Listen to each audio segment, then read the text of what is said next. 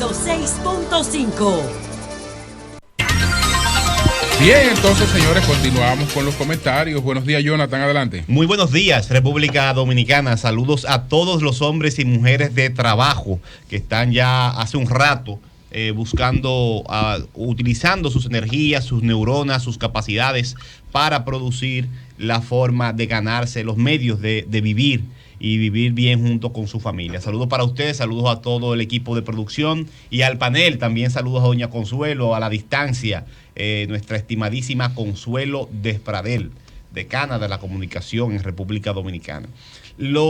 Hoy, a propósito de la discusión del Código Penal en el Senado y el anuncio de una aprobación tal y como llegó de la Cámara de Diputados, quiero hablar de la función legislativa brevemente y pasando por la posición de la Procuradora General de la República, Miriam Germán Brito. La invitaron en la comisión para que expresara sus observaciones al proyecto de Código Penal e hizo algunos planteamientos y la prensa los recoge. Estos planteamientos no fueron asumidos por la comisión, sino que se plantea presentar el hemiciclo para una aprobación tal y cual llegó de la Cámara de Diputados y eso ha generado un debate nacional.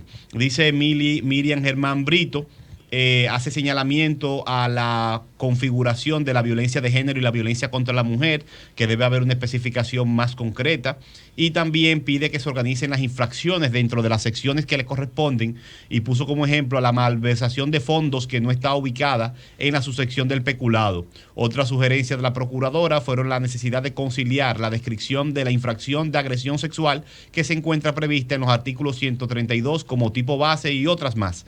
También habla del bullying, que está identificado como una agresión sexual. Ella dice que no y no lo es y debe tener otra implicación, y hace una serie de señalamientos muy importantes que invitamos. Son 11 aportes que hace Miriam Germán Brito y que no fueron tomados en cuenta porque se está tratando de aprobar al vapor. No al vapor porque el proyecto tiene muchos años en el Congreso, pero en este caso esta versión que llegó a la Cámara de Diputados, cada vez que pasa por una Cámara y se le hace modificación a un documento, tiene entonces que enviársela a otra Cámara para que apruebe esos cambios o haga observaciones. Si le hace una sola observación de una letra, tiene que volver para atrás el código. Así es. Esa es la dinámica del Congreso de la República y por eso este código no es el código que estamos discutiendo hace mucho. Al ponerle la mano en la Cámara de Diputados y mandarlo al Senado, se me convierte de inmediato en otro código.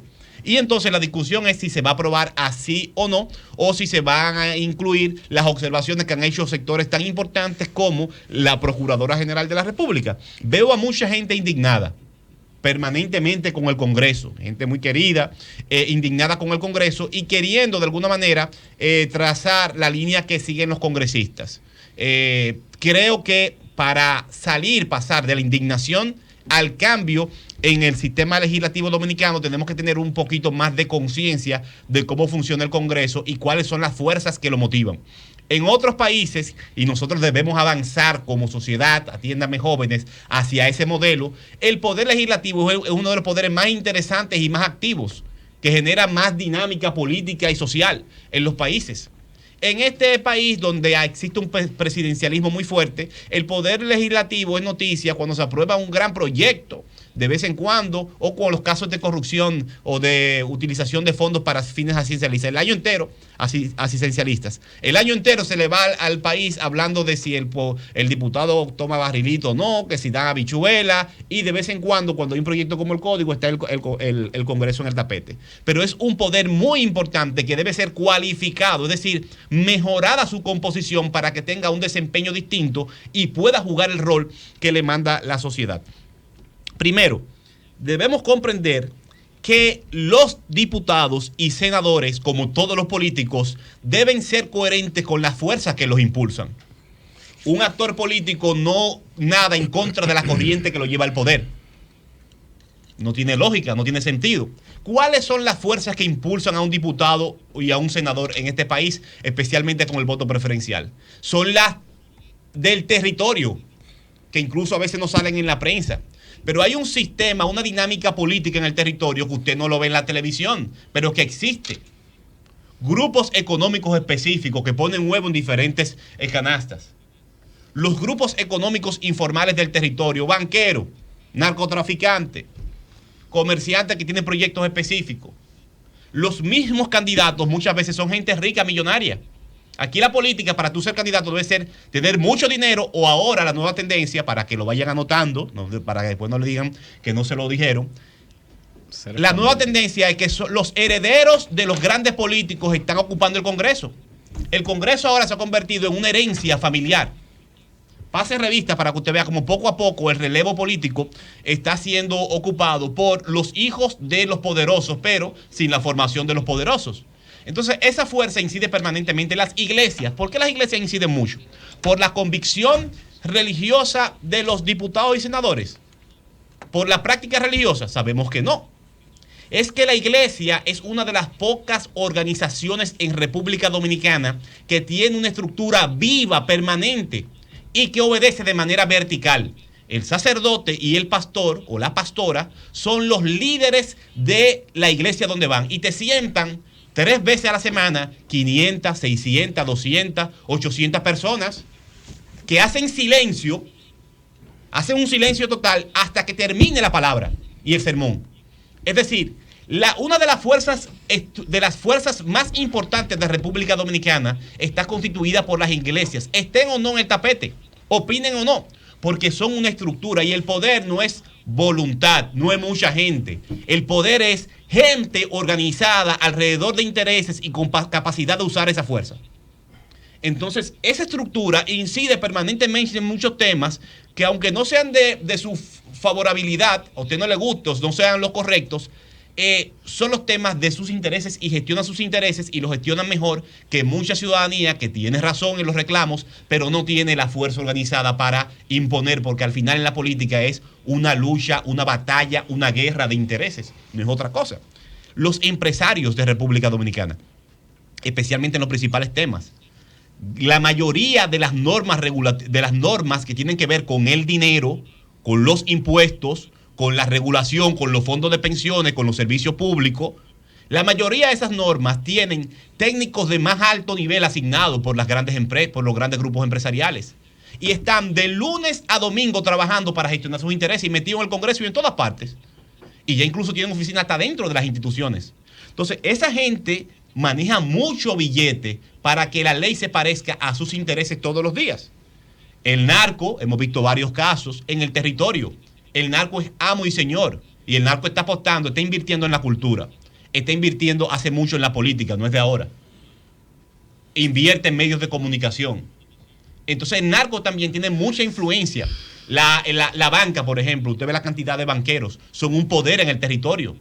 Una estructura, decenas o cientos de mujeres trabajando en una banca en el día, manejando dinero líquido, fluido. Esas son las fuerzas y otras tantas más que inciden en el debate del código de todas las normas. Si no comprendemos eso, no vamos a comprender qué es lo que está pasando en el Congreso. Entonces, el partido al final. ¿Por qué un diputado se atreve a irse en contra de la línea del partido? Porque sabe que al final en el partido él consigue la nominación y la boleta. Pero son estas fuerzas que yo he mencionado y otras más las que deciden en el territorio cómo conseguir los votos, además del dinero y del clientelismo. Entonces, además, los partidos, de no contar en estos tiempos con unos programas ideológicos, una visión, no tienen líneas duras de acción, ni tienen capacidad de fiscalización de los diputados, porque si atentan contra un diputado porque se portó mal, el diputado se le va para la otra bancada, y en la otra bancada le hacen un acto público con el presidente del partido, celebrando que se pasó. Entonces, también el partido tiene muy poca capacidad de fiscalización por la composición del partido en República Dominicana. Entonces, lamentablemente, esto yo no lo hago con una manera de desmotivar los reclamos que se le hace al Congreso. Todo lo contrario. Estamos ahora en el 2021 tratando de compartir nuestra visión con la ciudadanía para que sepa que la única manera de tener un comportamiento diferente del Congreso es apostando por la escogencia y exigir a los partidos la presentación de mejores candidaturas y la escogencia de personas que tengan capacidad y formación y alguna práctica, una experiencia de servicio público. Porque ahora el Congreso es un mecanismo de protección política, de amarre, de búsqueda de empleo y de hacer carrera política a través de esos componentes tradicionales. Entonces, es lamentable que este Código Penal tenga tantas falencias señaladas por expertos de todos los sectores, casi de todos los partidos, y que esté a la puerta de la esquina su aprobación en este momento y que se salcoche de alguna manera un proceso que es necesario. Para mí es urgente la aprobación del Código Penal, pero creo que en el Senado se está cometiendo una falta que va a afectar incluso a quienes quieren que se apruebe el Código Penal, porque son faltas muy graves e importantes. Dicho esto, quiero hacer un comentario brevísimo, Julio, sobre las Olimpiadas. La tabla, tengo aquí la tabla de la BBC que la actualizan permanentemente. China sigue en la posición número 1 con 32 medallas de oro. Estados Unidos en la posición 2 con 25. Japón en la 3 con 21. Gran Bretaña con 15. Australia tiene 15. El Comité Olímpico Ruso, a los rusos, por un tema de doping y sanciones que le pusieron en el Comité Olímpico Internacional, no participan como Rusia, participan como Comité Olímpico Ruso y no se puede mencionar la palabra Rusia en los Juegos Olímpicos, está proscrita por la sanción que tiene, pero están en la posición número 6 los rusos, y Alemania, una de las potencias más importantes del planeta, está en la posición número 7 con 8 medallas, y Francia en la posición 8. En esta tabla completa, en las 20 primeras posiciones no hay un solo país de África, ni en las primeras 35. Son todos caucásicos. Ni siquiera de la parte más desarrollada de África. No hay ninguna bandera de África. No. Por ejemplo, hay Túnez, una sola de América Latina. Egipto no está participando, que es africano. Hay también. una sola de América Latina, que es Brasil, que ya entró a las primeras 20. Tiene 4 medallas de oro. Si usted sigue hasta los 50 puestos. Nigeria, por ejemplo, que es un país no hay ningún país de África, ni blanco, ni rojo, ni amarillo. Y Cuba de 14 pasó a 13. Haití solo tiene 6 atletas participando. Sí, Cuba está en la posición. Pero para que vean, son los países caucásicos del planeta, las grandes potencias, los que permanentemente compiten. Y tú tienes excepciones. Tú tienes excepciones con algunos casos. Corea, por ejemplo, Corea tiene que estar porque Corea tiene los medios para ello. Entonces, en la 21 Corea aparece en todo lo primero. Más blanco que los suecos no puede haber más nadie. En la 22, China, Taipei. Y usted va a seguir buscando. ¿Qué pasa? Las Olimpiadas no le generan dinero a los países, pero son un mecanismo de posicionamiento político y cultural.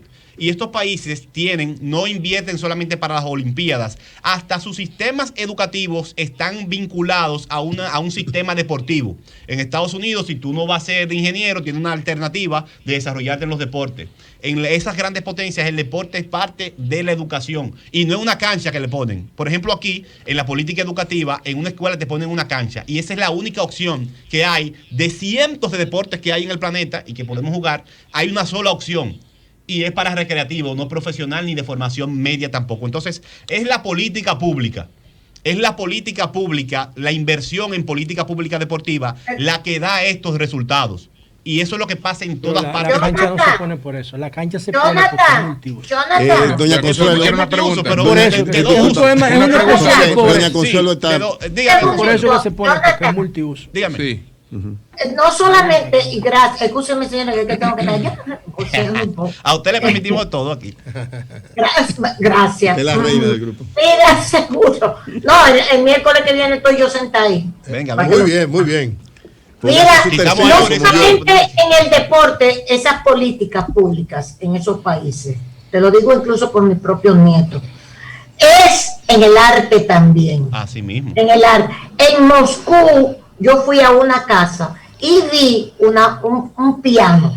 Y ay, la niña estudia música. Me dijeron, no, Consuelo, ella estudia piano porque no da para otro instrumento. Pero todos los niños en la Unión Soviética en aquella época tienen obligatoriamente que también estudiar arte. Y deporte, arte, ajedrez fundamental. Que por eso yo quería que esa escuela del PLD, de esa tan extendida, la rellenaran con este tipo de cosas. Eso Gracias, es lo ideal. Y cuando lo hemos hecho, doña Consuelo, hemos tenido los mejores resultados. Toda la generación de los merengueros de los 80 a los 90 estudió música en su pueblo, en el municipio. Sí. Formó parte de la banda de música. Había una escuela de música. Cuando usted abre oportunidades para el talento humano, en el arte, en la cultura, en el deporte, ese talento puede desarrollarse. Entonces, nosotros debemos promover la aplicación de políticas públicas reales que sean descentralizadas, que en cada municipio, que en cada escuela haya oportunidades, porque lo que pasa en Monteplata es que ahí se instala una política pública y la Fuerza Aérea Dominicana y otros grupos armados están con el Ministerio de Deporte, le dan un abastecimiento económico, los nombran, son rasos, capitanes, tenientes, y le dan una solución económica, y el que está haciendo el deporte tiene su salario asegurado en Monteplata. Si tiene algún esto. Bien. Qué interesante. Pues gracias, Jonathan. Vamos a hacer antes de la pausa, Mauri, para venir con otros comentarios que todavía no ha hablado Eury ni ha hablado Oli Matos. Oli no ha hablado hoy tampoco. Entonces, tengo un tema importantísimo. Tranquilo. Pero antes de irnos para allá, Jonathan, hoy. Lenchi, la mamá del humor, Chedi García. La mamá del humor. ¿Tú viste las declaraciones de la mamá del humor? ¿Qué dijo? Está fría. No, pero Chedi sí, una tremenda. Yo soy un admirador de Chedi. No le elogies mucho porque te voy a dar por antes de escuchar la declaración. Dice, no, ya yo sé por dónde tú vienes. ¿Qué dice? Dice la mamá del humor. La mamá de la mamá de la mamá.